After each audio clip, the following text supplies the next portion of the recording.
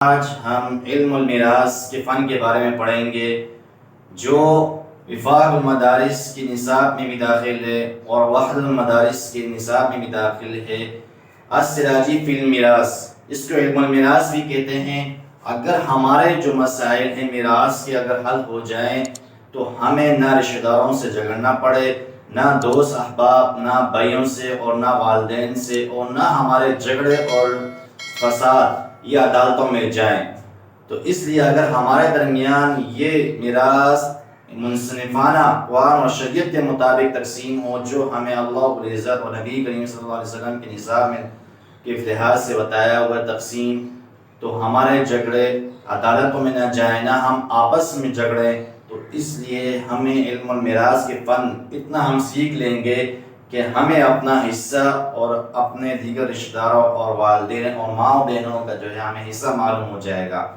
السراجی فی المیراث کتاب کا نام ہے، جس کو علم المیراث بھی کہتے ہیں۔ ہم اس میں پڑھیں کہ کتاب کا نام، مصنف کا نام اور مصنف کی دیگر تصانیف اور مصنف کے حالات، اور اسی طرح کتاب کی تعریف، کتاب کی غایت اور کتاب کا حکم۔ سب سے پہلے ہم پڑھتے ہیں کتاب کا نام۔ کتاب کا نام اس سے پہلے السراجی کا جو نام تھا المختصر تھا، بعد میں السراجی مشہور ہوا۔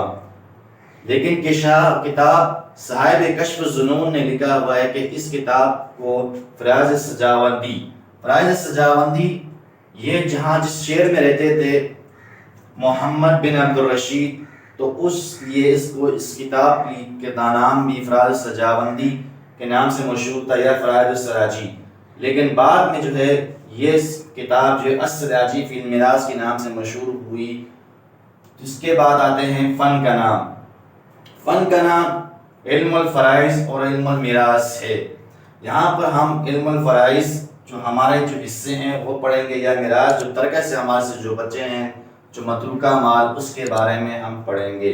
مصنف کا نام سراج الدین محمد بن محمد عبد الرشید ابو طاہر سجاوندی رحمۃ اللہ علیہ تھا۔ دادا ان کے عبد الرشید بن تیفور سجاوندی تھے، اور ان کا اپنا نام محمد تھا، لقب ان کی سراج الدین اور کنیت ابو طاہر ابن محمد، اور سجاوند ایک شہر کابل اور خراسان کے ایک شہر کا نام تھا، یا نسبتی کرتے ہوئے اس شہر کی طرف منسوب ہے سجاوند۔ تو پورا نام مصنف کا سراج الدین محمد بن محمد عبد الرشید ابو طاہر سجاوندی رحمۃ اللہ علیہ ہے۔